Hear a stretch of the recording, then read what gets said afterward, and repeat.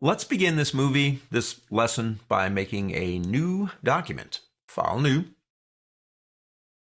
Just click OK on default is fine, but give yourself a workspace. Pick up the star tool and draw a star. Actually, draw anything you want.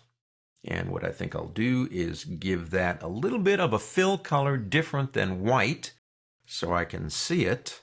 And let's draw one other shape, but choose something else. Choose something different. I'm going to go ellipse here and draw me an ellipse. Let's give that a different color. Why? Because we can. Okay, we've got two shapes on the screen, and we have up here 50 billion different things that we can do. There are hundreds of things under these menus. Now remember, the effects themselves primarily are non-destructive. We can do things, come back tomorrow, say we don't want to wear it anymore, take it off, and we're fine, we can start all over again. So that's the cool thing to remember about effects. But let's go ahead and let's pick the star. Come back up to effects and go into, I'm going to go into distort and transform and go into roughen. Now there are a lot of things that you can do to this. It looks like it's on a little bit too much caffeine. We can go to absolute, which is a little bit more, in a sense, precise. And we can change size and detail. Now with size, it's how much aggressively it bends these lines. Detail is how many it puts in there. You get more points this way, but understand that does create a more complex shape because you're adding more anchor points. And you can get these things, not yet, but you can get these things so complicated that it'd be difficult to print them. So we've got corner and smooth down here to round it out. It's not going to do too much for us. But if you had larger areas where the points go in and out, it would create more of a smooth shape. In this case, I don't think it really makes much difference at all. Let's go ahead and click OK. Okay, I like that. If I want to apply it to this one over here, I have several ways that I can do that. Now, number one, I could do the long route. I could go back up to the word effect. I could go back down into distort and transform. I could select roughen. I could remember the settings and put them on there. That would be ridiculous, obviously, but you could do that. The next one would be effect, and you will notice we have apply roughen. Now that's a one-off. It's going to be the last thing you did. So if the last thing you did was apply roughen and you want to apply the exact same settings again to the circle, you could do that. I'm going to press undo. If you want to apply a roughen, but a different roughen, and you don't want to go here and then go down to here and then go over to here, what you can do is click this button right here, which is roughen.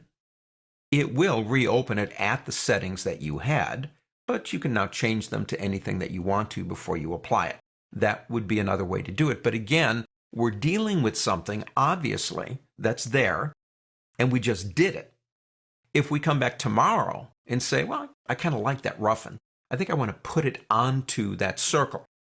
We have a couple of ways that we can do that, but the easiest way is go into your layers. Let's talk about the layers panel though. The layers panel right now only has one layer because we just created this document. It says layer 1, that's its name. There is a triangle right there, and that wonderful little triangle will expand out the layer and show you what's in it. So you have two paths, almost like sub-layers, if you will, and each one of the paths gets its own little section right here. We can turn them on and off. We can select. That's what these little buttons are up here. If you click this one, it selects everything in the layer, but if you click this one, it will only select that one path, or this one will only select that one path. But I want you to notice this little button right here. Let me deselect everything by clicking out here. That little button looks different than these. Now, the reason it looks filled in is because we've applied an effect to the object. And that means it's got an effect or effects applied to it. If I want to, for example, apply the exact same effect to that circle or any other object, all I have to do is grab that little button and drag it up to here and let go. Now you'll notice I did a move, not a copy. So if I want to actually copy it, what I have to do is hold the Alt key down. So if you hold the Alt key down and click and drag it, let's do this. Let's undo. Let's come back to this guy right here.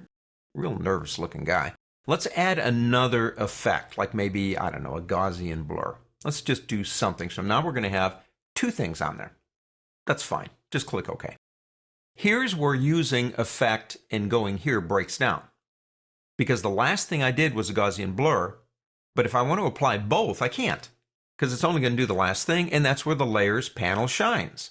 Because again, if I come over here and hold the Alt key down and grab on that little button and drag it up, it will be more than glad to apply multiple effects. Now, the cool thing about this that we're going to learn in the next lesson is that even though we have multiple effects, we can still control them individually, even if it's a week later.